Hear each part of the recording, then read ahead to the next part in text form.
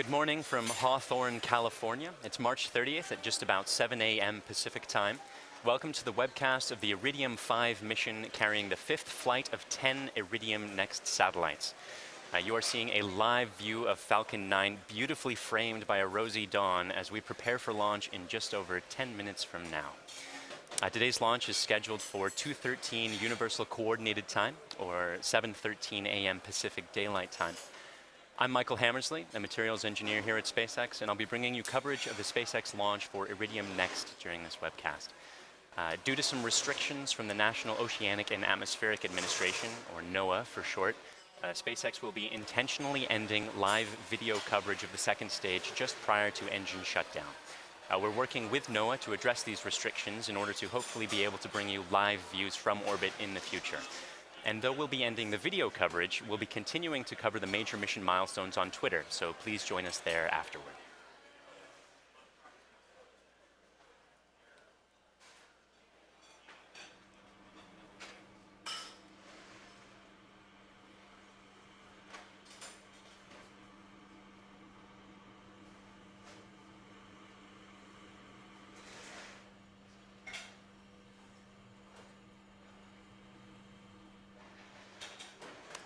Today's launch is from Space Launch Complex 4 at Vandenberg Air Force Base. And you can see the two-stage Falcon 9 vehicle standing about 70 meters tall, which is taller than a 20-story building, there on the pad just after sunrise.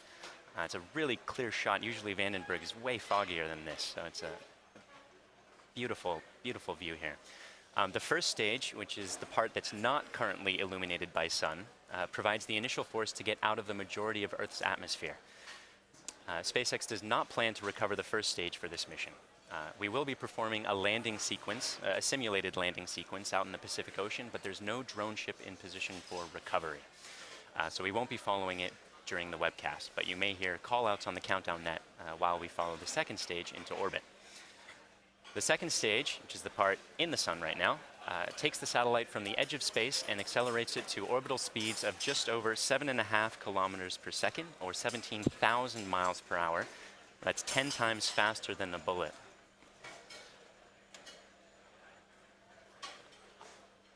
On the very top of the vehicle, in the 17-foot diameter payload fairing, are the 10 Iridium satellites.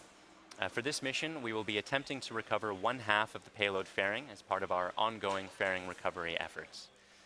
The ultimate goal is full recovery and reuse of the entire vehicle. So recovering the fairing is an important step towards that goal. It's still part of an experimental program at the moment. Just to the right of the rocket is the transporter erector. That's what brings the vehicle out from the hangar, horizontal, and then tips it vertical to get it into position. It's going to recline to 77.5 degrees a few minutes before launch. Unlike our East Coast pad, which retracts a little bit just at the very last second.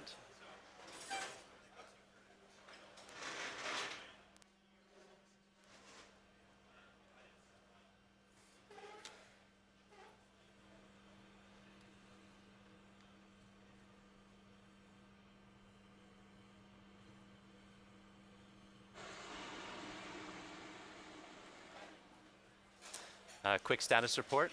Falcon 9 has been loading propellants since about T-minus 70 minutes. Fuel, that's the kerosene, is about complete on the first and the second stage at the moment. Falcon 9 burns a rocket-grade kerosene to get to orbit. But because you need oxygen to burn kerosene, and there's not much oxygen high up in the atmosphere, we have to take our oxygen with us. So we carry a super chilled liquid oxygen in the tanks. That liquid oxygen is currently being loaded. The first stage is about 90% filled, and the second stage is about 60% filled right now. We'll be continuing to load those until just the last couple minutes before launch in order to keep that as cold as possible, in order to make it as dense as possible to fit as much on the vehicle as possible.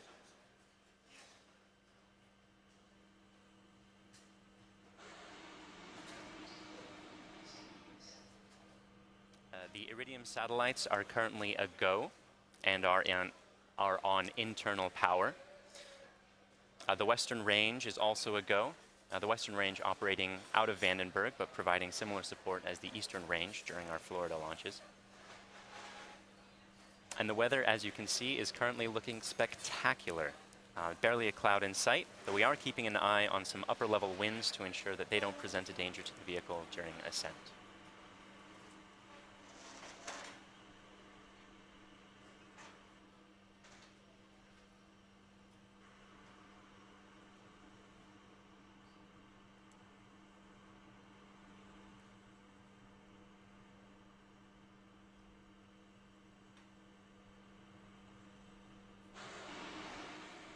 SpaceX is launching 10 Iridium NEXT satellites to low Earth orbit today.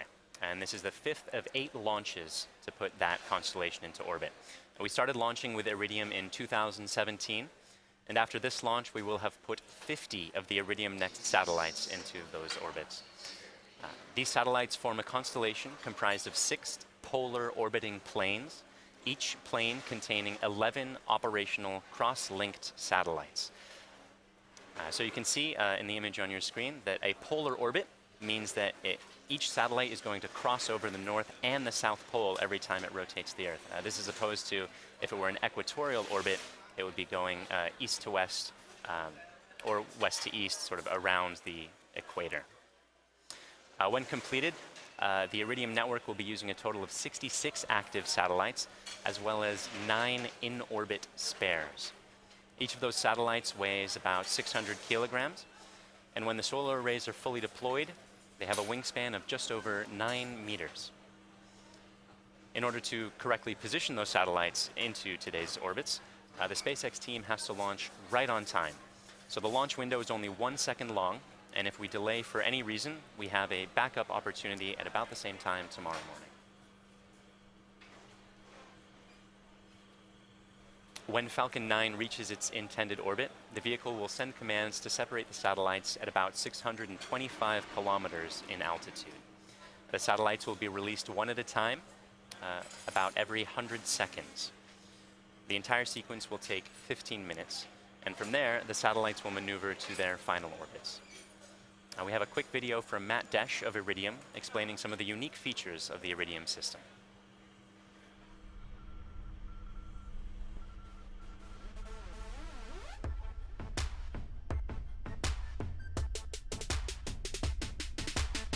Did you know? Right now, there are 3.8 billion people connected to the internet, which is nothing compared to the nearly 20 billion things connected to the internet. Not those things, these things. Small things, medium things, large things, and by 2025, that number may grow to 75 billion things. Stack those things, and you could reach the moon 3 times. But did you know reliable internet to connect your things is not available on 80% of the planet? So on most of the planet, these things are out of reach. Did you know Iridium low Earth orbits provide reliable internet connectivity to the entire globe?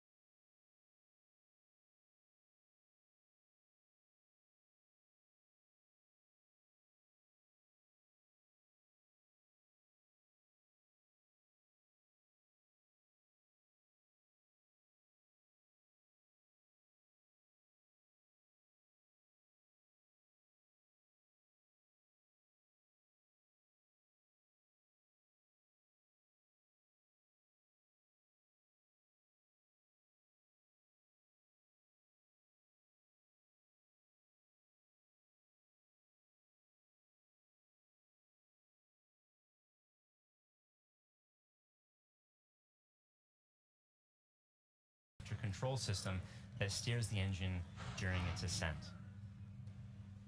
You may also see a vent of gaseous oxygen from the strongback inside of about T-minus 90 seconds. And you can see the strongback is beginning its retraction at the moment, leaning back slowly there. It's going to continue until it gets to about 77.5 degrees.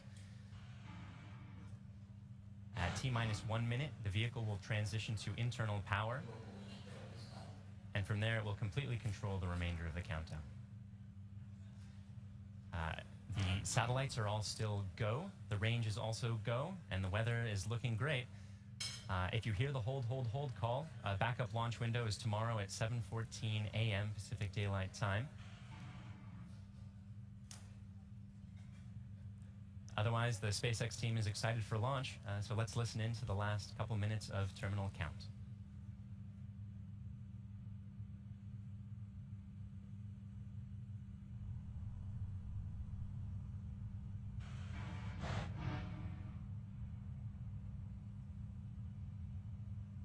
Stage 1 LOX is closed out for flight.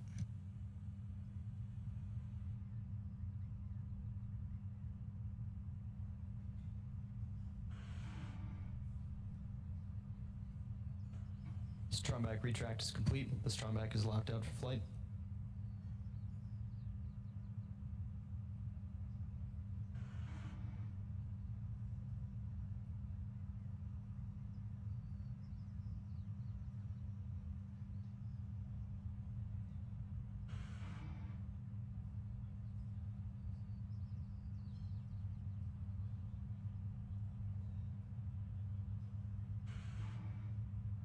Rock, verify range is green. Rock, range is green.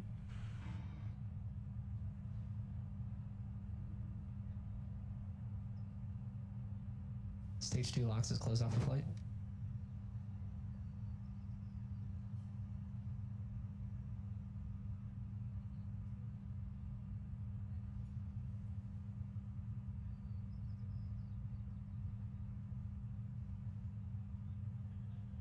Vehicles in self-line.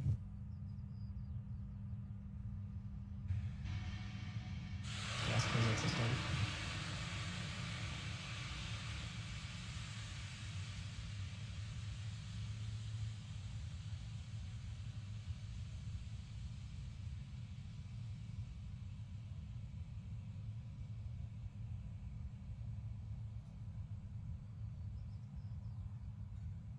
ASTS is ready for launch. Falcon 9 in startup. Ground side gas closeout's complete. Stage 1 tanks pressing for flight. This is the LD on countdown 1. We are go for launch.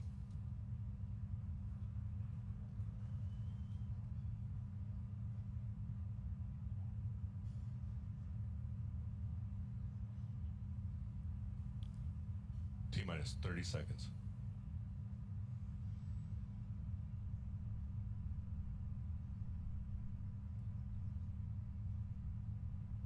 20. Propellant tanks press for flight. 15. 10. 9. 8. 7. 6. 5. 4. 3. 2. 1.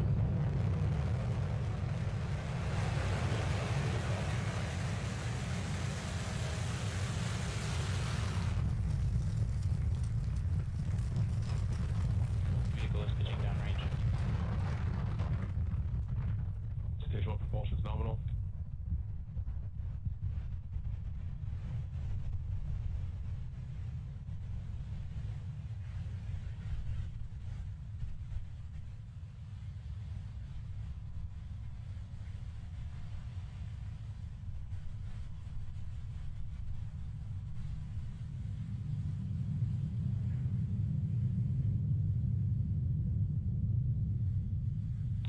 Power and telemetry are nominal. And we had successful liftoff of the Falcon 9, as you saw. It's pitching downrange at the moment to continue its ascent into orbit. Going supersonic right about now. And it'll be going through max Q shortly. Vehicle is supersonic.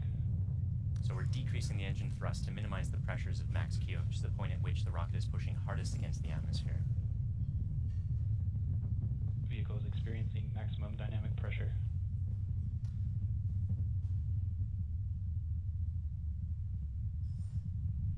And now that we're through that milestone, we'll be increasing the thrust of the engines in order to get to orbit. But while the atmosphere is still relatively thick, we can prevent it from exerting too much pressure on the fairing by throttling the engines a little bit.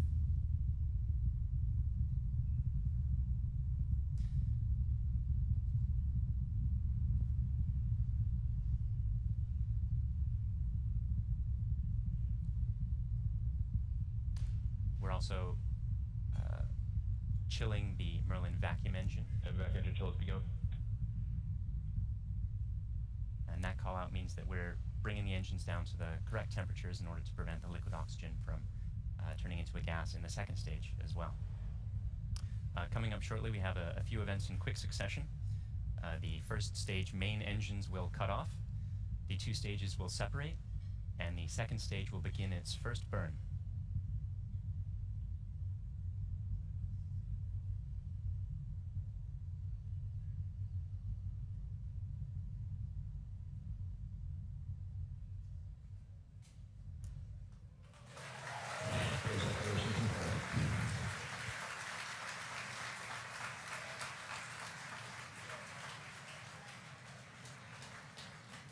Vac ignition.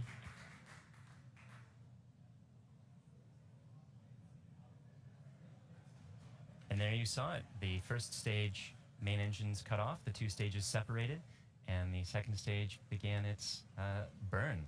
You can actually see the first stage falling away behind the second stage for some of these shots. That's gorgeous.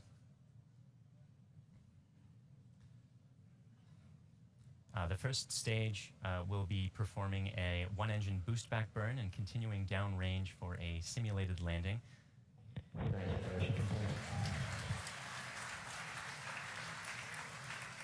And you just saw the Second stage trajectory nominal. just saw the two halves of the fairing fall away. Good from deploy. We will be attempting a recovery of one of the halves of the fairing today on our fairing recovery ship, Mr. Stephen, as part of an experimental program to reuse those parts of the vehicle.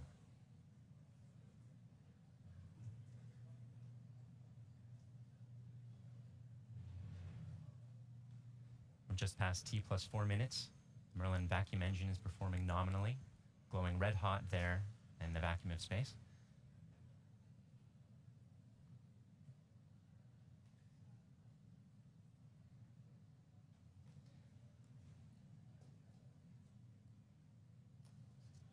A quick reminder, we will be intentionally ending live coverage or live video coverage of today's mission due to restrictions placed on us by the National Oceanic and Atmospheric Administration. So don't be surprised when that occurs at about T plus 9 minutes.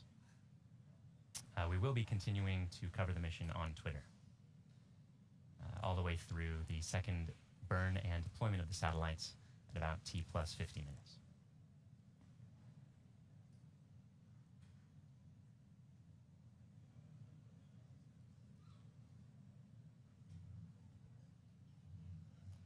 Right, T plus 5 minutes.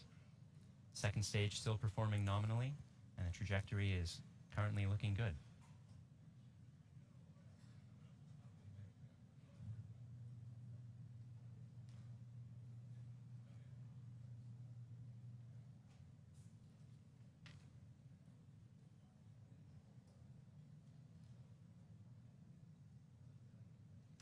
A couple interesting facts about the first stage as it's continuing its simulated landing. This one first flew for the Iridium-3 mission, and the Iridium-2 and Iridium-4 missions also used the same rocket, which means that today this is our 5th launch for the Iridium constellation using only 3 rockets.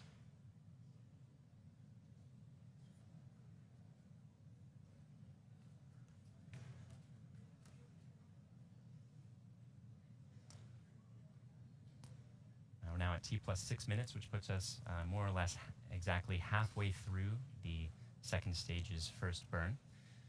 The first burn is to bring the second stage into a parking orbit. That's going to be an egg-shaped orbit where the maximum altitude at the top of the egg is about 625 kilometers. But at the bottom of the egg, the orbit is only 180 kilometers in altitude. The second burn that we'll be performing is going to circularize that orbit so that it's 625 kilometers in altitude the whole way round.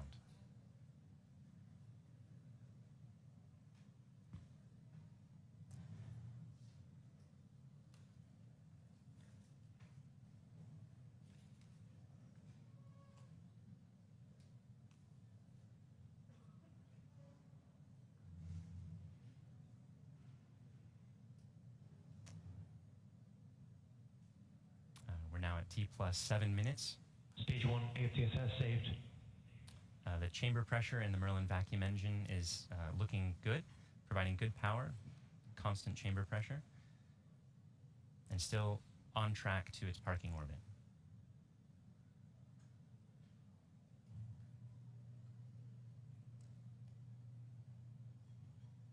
Between the end of the first burn and the start of the second burn, there's going to be about a 42-minute coast phase in order to position the second stage to prep for circularizing that orbit. We will be continuing that coverage on Twitter. LOS stage 1 Vandenberg expected.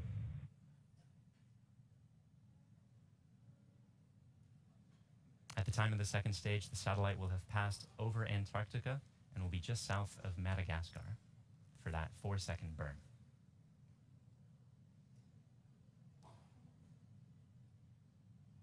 Now just past T+8 minutes. Second stage still performing nominally. Still on track for that parking orbit.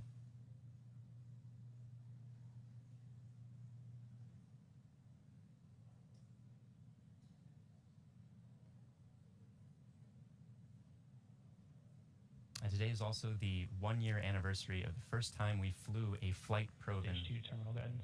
Falcon 9 first stage. Stage 2 AFTSS saved.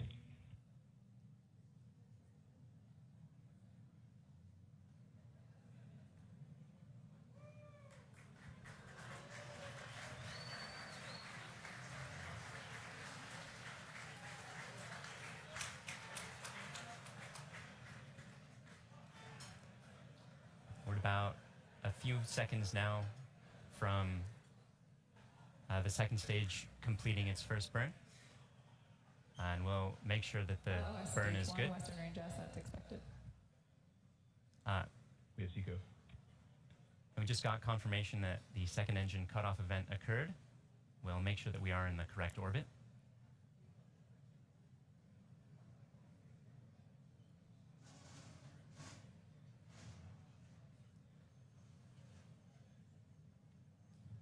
Stage 2 nominal insertion. And we're getting confirmation that we did in fact get into the correct parking orbit. So though we're ending our live coverage now due to restrictions from NOAA, the mission is not yet over, so we'll be continuing to cover the upcoming major milestones on Twitter. That includes the 4-second engine burn and the 10 satellite deployments, starting about 40 minutes from now. So overall, we've had an on-time launch. The first stage successfully got the second stage out of the atmosphere, and the second stage is continuing on its trajectory in a coast phase now to get the Iridium NEXT satellites into their constellation. So thanks to the Iridium NEXT customer, Air Force for range support, and the FAA for launch license, and see you online for the rest of the mission.